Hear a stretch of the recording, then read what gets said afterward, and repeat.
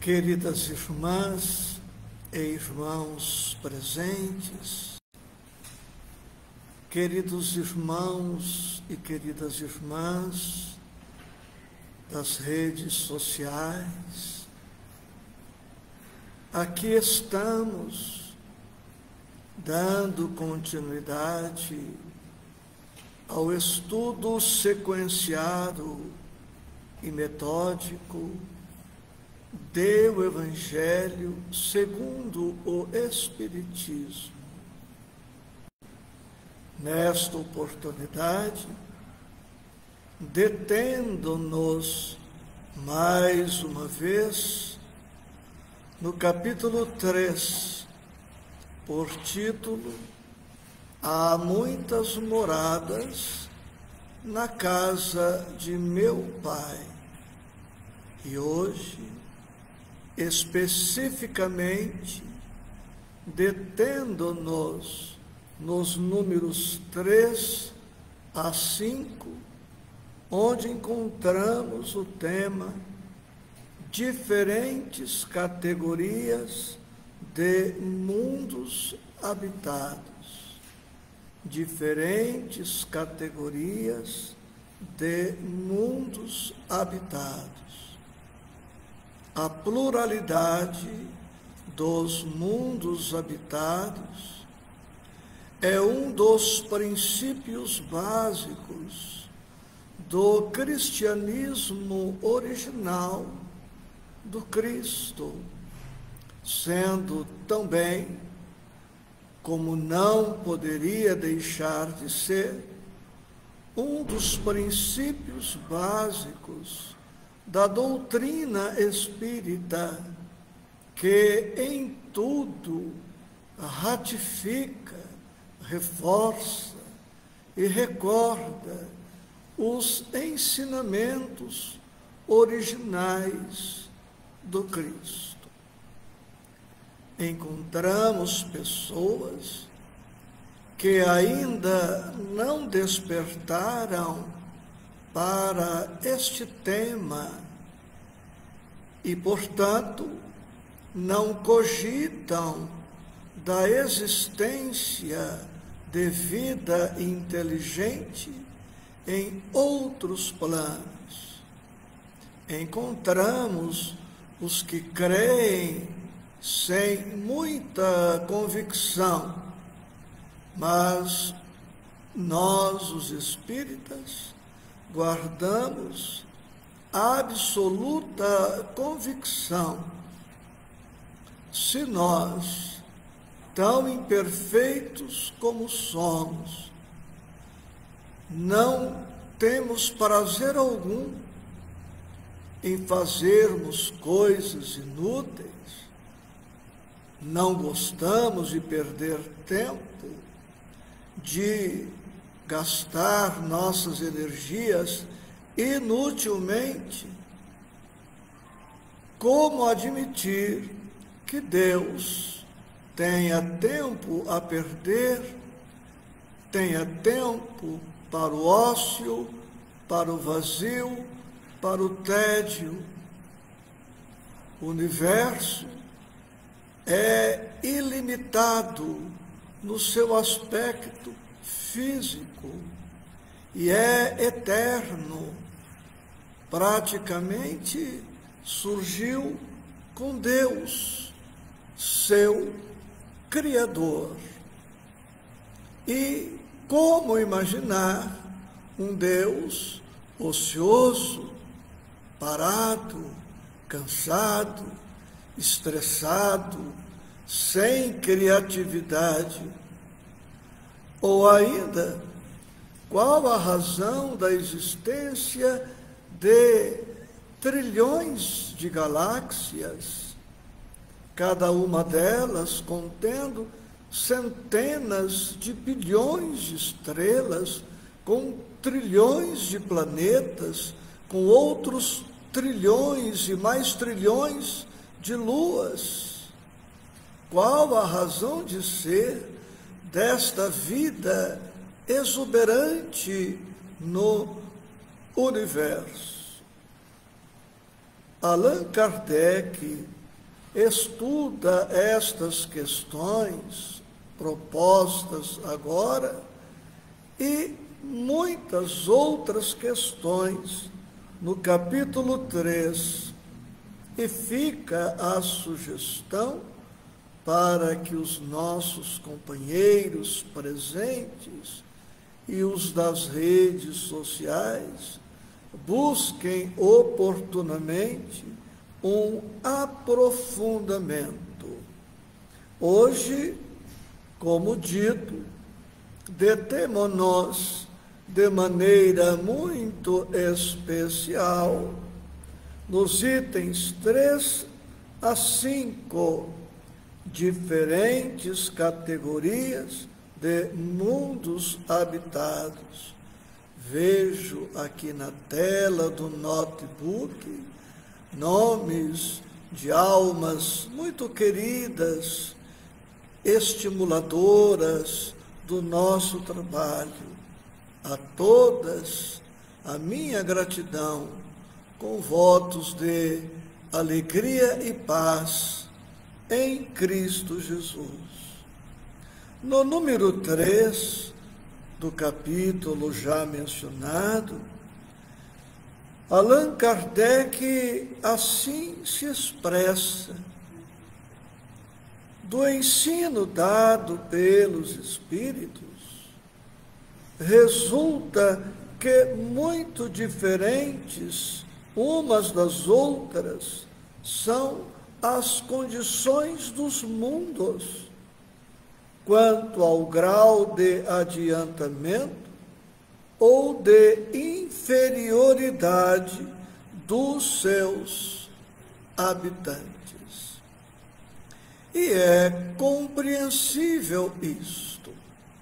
Aqui no planeta não temos duas cidades iguais, dois bairros rigorosamente iguais, não temos dois países iguais, dois continentes iguais, dois oceanos, dois rios, dois lagos, dois córregos iguais. Nada se repete na natureza. Deus é único e irrepetível. Ora, se encontramos uma infinidade de expressões da vida aqui em nosso planeta, como pensar, por um momento que seja, que encontraríamos dois planetas iguais, duas estrelas iguais, duas galáxias iguais?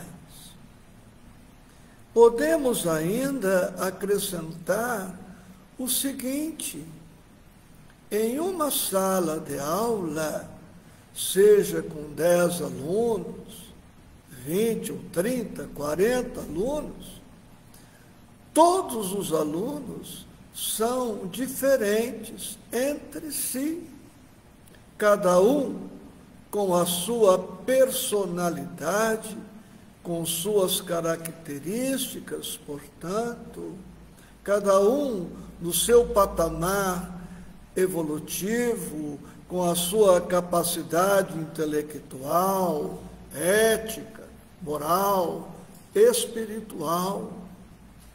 Em um hospital, não encontramos dois pacientes rigorosamente iguais. E se há necessidade em uma escola, qualquer que seja, a formação de classes, a reunião dos alunos, tendo em vista o padrão médio que eles apresentam, sendo inconcebível colocar-se um adolescente na sala de aula de uma universidade, ou vice-versa, colocar um universitário no ensino fundamental ou no ensino médio, havendo necessidade da separação destes alunos, se em um hospital os pacientes são separados, obedecendo a diversos critérios, também a respeito da gravidade da enfermidade, aos doentes que são colocados na UTI, os que permanecem incomunicáveis, em tratamento intensivo, os que ficam por algum tempo proibidos de receber visitas. Isso tudo para enfatizar as tantas diferenças existentes entre as criaturas humanas. É intuitivo, é lógico, é previsível que seja assim também no universo. No item 4, destacando um breve pensamento do codificador, encontramos o seguinte: nos mundos intermédios misturam-se o bem e o mal, predominando um ou outro segundo o grau de adiantamento da maioria dos que os habitam. E neste número 4, Allan Kardec faz uma classificação dos mundos habitados.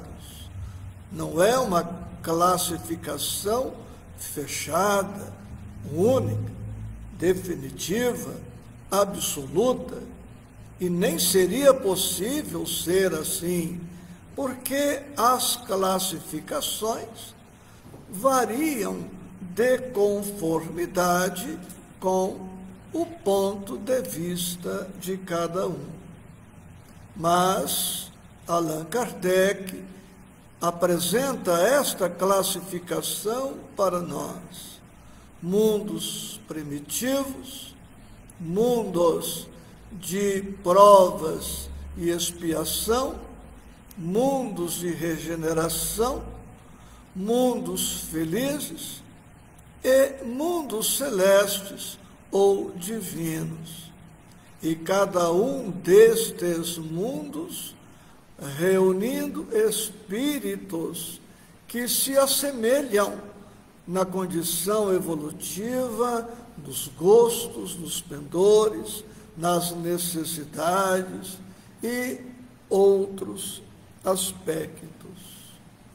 E no número 5, Allan Kardec anota: os espíritos que encarnam em um mundo não se acham a ele presos indefinidamente, nem nele atravessam todas as fases do progresso que lhes cumpre realizar para atingir a perfeição.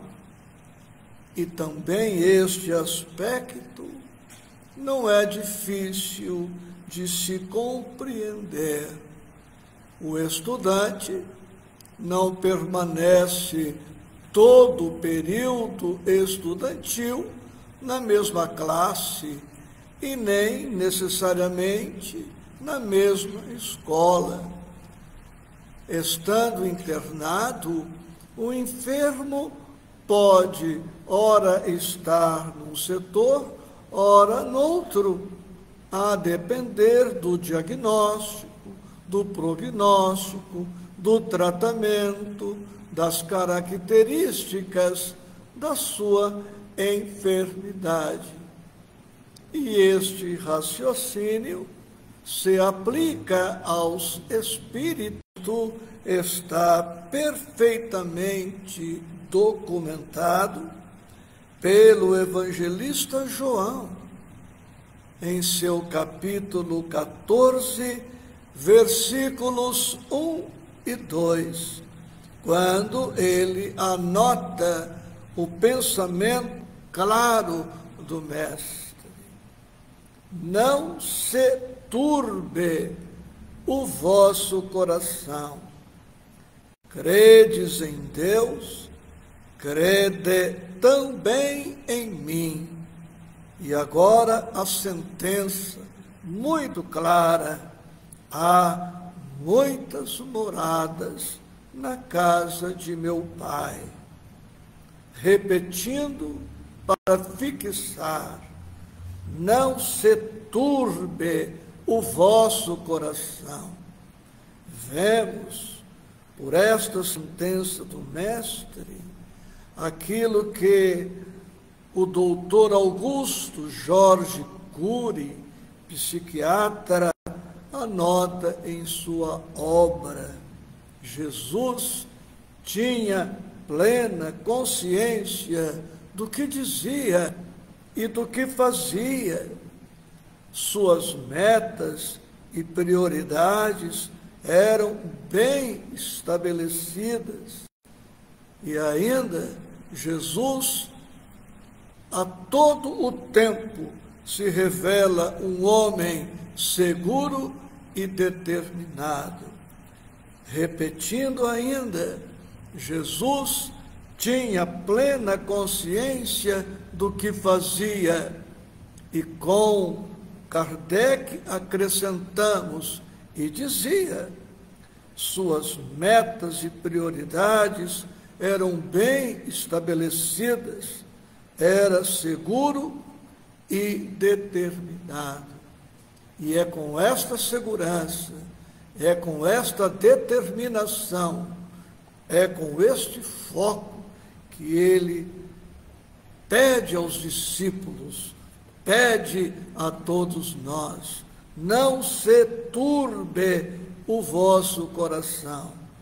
Credes em Deus, crede também em mim. Há muitas moradas na casa de meu Pai. E Emmanuel, em seu livro Palavras de Vida Eterna, no capítulo 36, nos traz esta página reportando a serenidade de coração a que se reportou Jesus. Assim escreve Emmanuel para todos nós: guarda contigo o coração nobre e puro.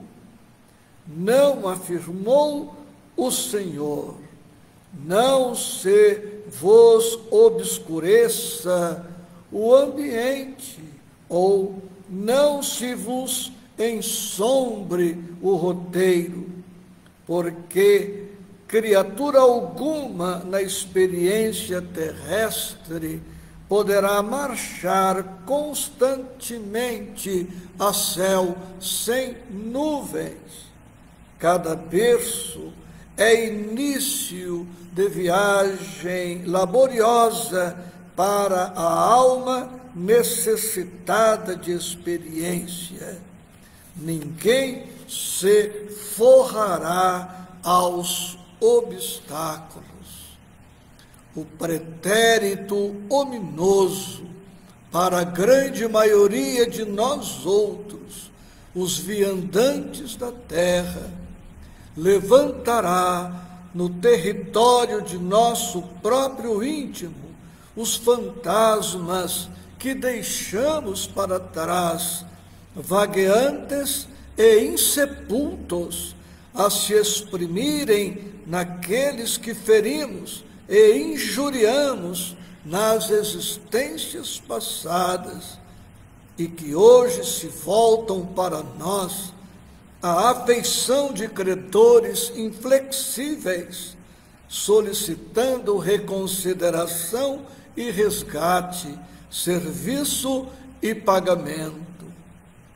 Não passarás, prossegue Emmanuel, assim no mundo, sem tempestades e nevoeiros, sem o fel de provas ásperas, ou sem o assédio de tentações. Buscando o bem, jornadearás, como é justo, entre pedras e abismos, pantanais e espinheiros. Todavia, recomendou-nos o Mestre: não se turbe o vosso coração, porque o coração puro e intimorato é garantia da consciência limpa e reta, e quem dispõe da consciência limpa e reta vence toda perturbação e toda treva, por trazer em si mesmo a luz irradiante para o caminho. E agora, permitimos-nos também evocar o excelente magistério do apóstolo Paulo, que em sua carta aos Romanos, capítulo 14, versículo 6, assim anotou: aquele que faz caso do dia, para o Senhor o faz. Aquele que faz caso do dia, para o Senhor o faz. Ou seja, estamos encarnados ou reencarnados em um planeta de provas e expiação, segundo a classificação espírita constante do capítulo 3 do Evangelho, ora, objeto dos nossos estudos. E aqui estamos para crescermos, avançarmos, instruirmos-nos, educarmos-nos. E, se não há pressa, não temos tempo a perder.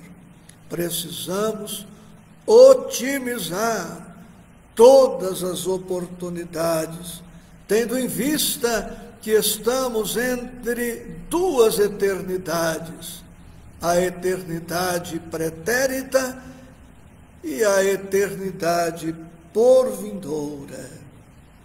E Emmanuel reflete sobre isto em seu livro Caminho, Verdade e Vida, no capítulo 1, por título O Tempo. Anota o querido mentor: a maioria dos homens não percebe ainda os valores infinitos do tempo. Existem efetivamente os que abusam dessa concessão divina, julgam que a riqueza dos benefícios lhes é devida por Deus. E Emmanuel dirá mais adiante: a velha expressão popular, matar o tempo, reflete a inconsciência vulgar nesse sentido. Em quase todos os setores de evolução terrestre, vemos o abuso da oportunidade complicando os caminhos da vida. Entretanto, desde muitos séculos, o apóstolo nos afirma que o tempo deve ser do Senhor. A terra é, como anotado no capítulo 3, que estamos estudando, ela é a um só tempo hospital e escola. A postura ideal é a de reconhecermos-nos todos como sendo doentes, e muitos doentes graves, internados em um corpo, internados neste planeta para tratamento intensivo.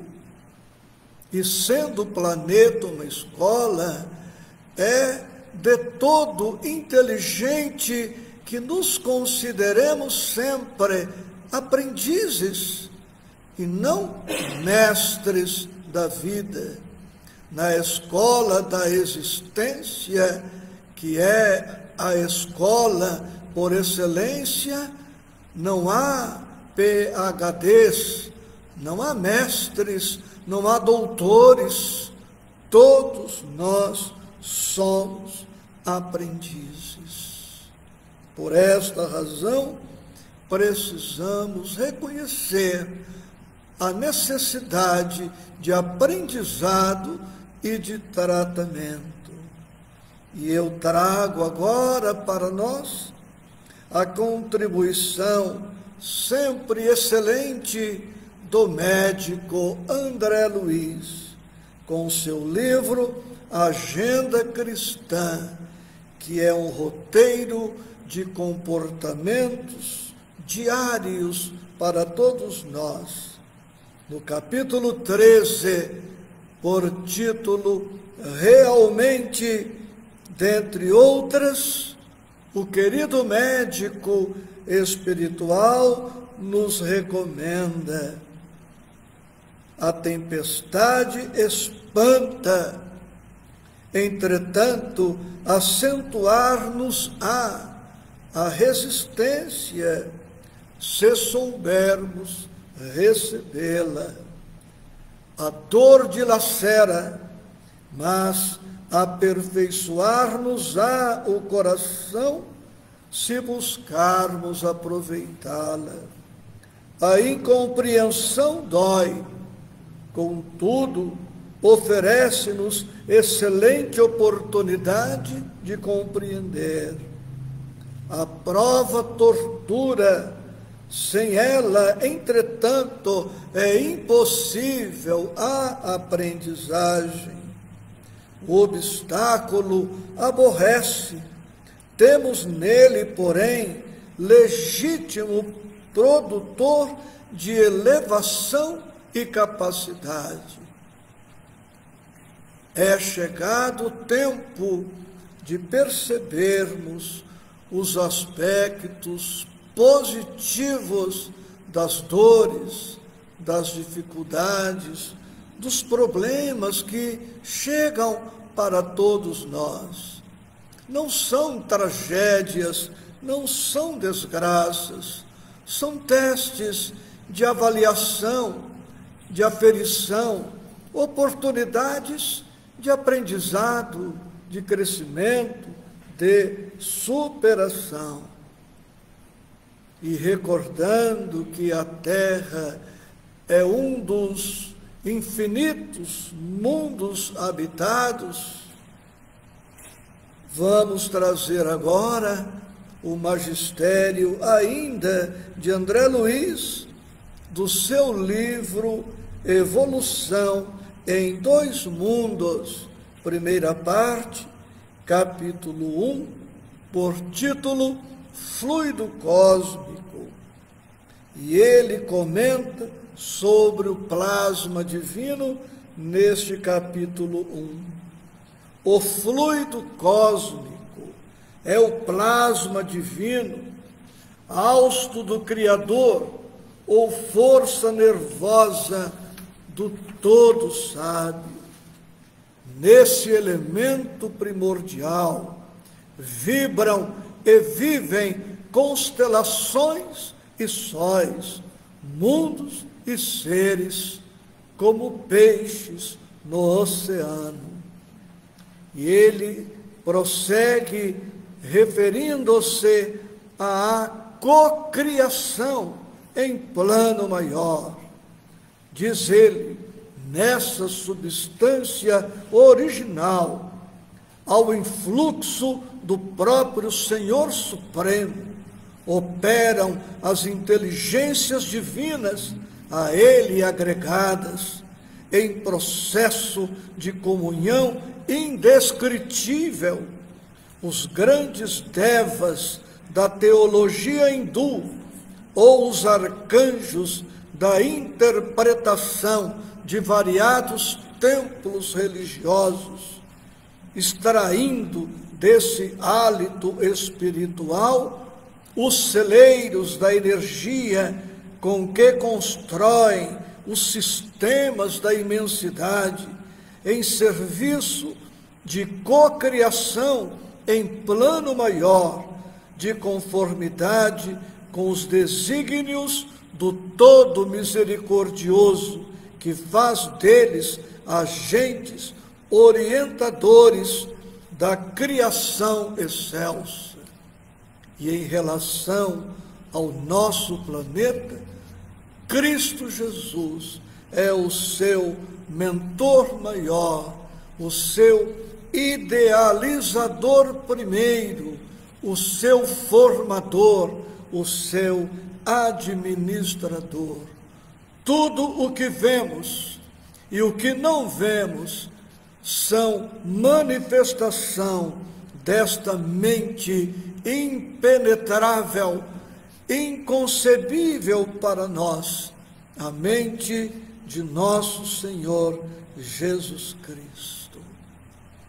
Vale a pena insistir um tanto mais, agora, para trazer o magistério de Joana de Ângeles.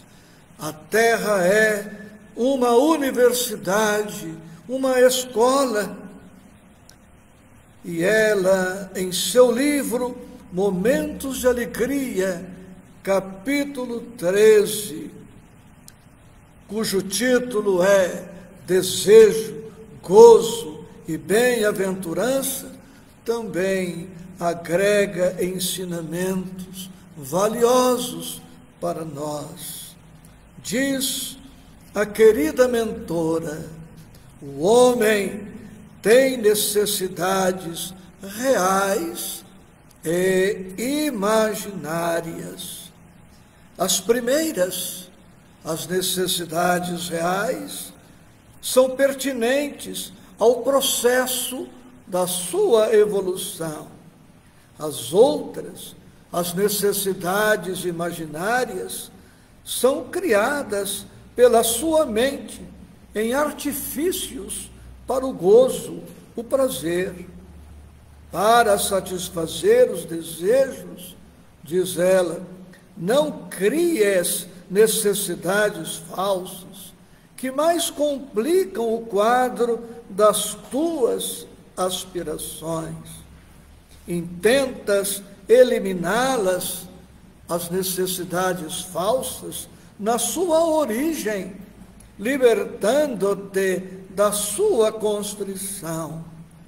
Faze uma avaliação daquilo que aspiras e, ante o sofrimento que o desejo proporciona, renuncia, mesmo que o experimentes agora, às necessidades de importância secundária, fixando-te no atendimento àquelas que dizem respeito à tua imortalidade e serão eternas como bem-aventuranças na tua vida. Allan Kardec, no livro O Céu e o Inferno, capítulo 7, no tópico Código Penal da Vida Futura, em seu item 4, assim se expressa: em virtude da lei do progresso, tendo toda alma a possibilidade de adquirir o bem que lhe falta, e de se desfazer do que ela tem de mal, segundo os seus esforços e a sua vontade, disso resulta que o futuro não está fechado para nenhuma criatura. Deus não repudia nenhum dos seus filhos, recebe-os em seu seio, à medida que atingem a perfeição, deixando assim a cada um o mérito das suas obras. O planeta Terra é ainda um planeta de provas e expiação, não por acaso. Isto se dá em virtude da condição evolutiva de expressiva maioria dos seus habitantes. Falando no singular, mas o pensamento vale para quase todos nós. Quando eu me tornar um espírito regenerado, mesmo habitando em um planeta de provas e expiação, conseguirei criar em torno de mim um clima de regeneração.